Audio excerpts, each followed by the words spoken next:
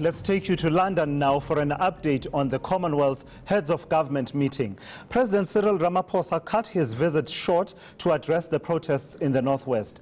Our London correspondent Jessica King is there with more. So Jessica, good evening and thank you for joining us. So it appears on the last day, the talk at the Commonwealth Heads of Government meeting was about succession, but also about a country that's not really currently a member in good standing, Zimbabwe. What's come out on the last day? Well, the last day, it starts off with a breakfast. There are various meetings, and then the delegates will, the heads, the leaders of the state will go to a retreat in Windsor, and this is really a chance for them to have a closed-door discussion where they can talk about anything they like, really, without too much intrusion.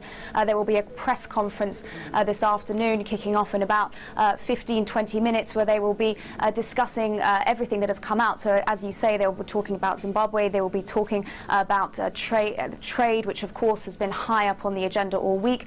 They will also be talking about cyber security and making announcements on that, as well as the environment. That has been a big issue here all week, as well as youth empowerment, women in government, and making sure that young people get their say and can hold their governments to account. But as you say, President Ramaphosa had to leave proceedings early, and I'm sure that there will be a sense of disappointment at the South African delegation that he wasn't able to attend and won't be at the big press conference this afternoon. Yeah, absolutely. But here's something that I think is a script you could not have written in the early 2000s. Britain leading the charge in making the case for Zimbabwe to be readmitted. What has impressed Boris Johnson so much to be the person who's almost like at the forefront of saying we need to readmit these people after Emmerson Mnangagwa became president in Zimbabwe?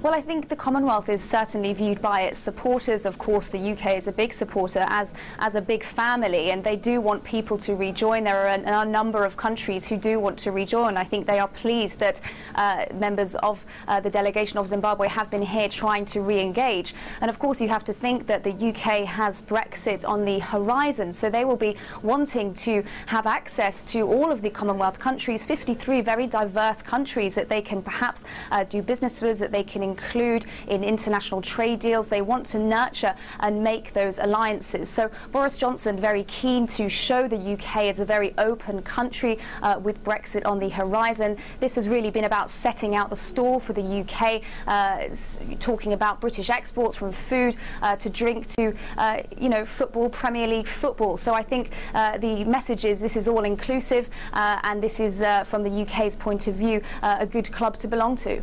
So many people who see the pomp and fanfare around the Commonwealth Heads of Government meeting, Jessica, may mistakenly assume that whoever is at the throne in the United Kingdom automatically heads up the Commonwealth, and that's not the case. But it appears that in this case, Prince Charles is in line to be the next leader of the Commonwealth. Yes, absolutely. Well, it was at the Queen's speech yesterday where she said it was her sincere wish that Prince Charles would take over the role as head of the Commonwealth. And I think it's very difficult to argue with Queen Elizabeth, especially given how she has nurtured the institution and the summits over all these years. And it's her birthday over the weekend. She turns 92. So I think a lot of people find it very hard to say no to her. And as she said, this is her sincere wish. Prince Charles also in his speech said that the Commonwealth has been part of his life as early as he can remember, and I think most people were fairly on board with the fact that he would be the next in line to take over the Commonwealth. But of course there will be many dissenters among that. The Commonwealth certainly has its critics. Some people argue that it actually has very little power or influence these days, and it is a relic of a bygone era, a relic of colonialism. So I'm sure some eyebrows will be raised at that, but as I say, I think it was because the Queen said it was her sincere wish that Charles would take over after her. Yeah, in fact, I imagine some people watching us talk like this, rolling their eyes and thinking, I mean, why are we even talking about the Commonwealth?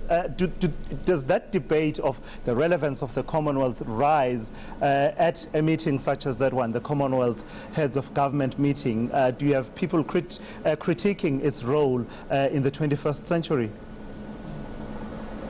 Oh, absolutely. There are plenty of people who are very sceptical about the Commonwealth and its role in life now, in modern life, in 21st century life. I think, as people have said, the budgets have been slashed. They don't have that much power. Well, it seems to be dwindling. People keep needing to top up the budgets of the Commonwealth.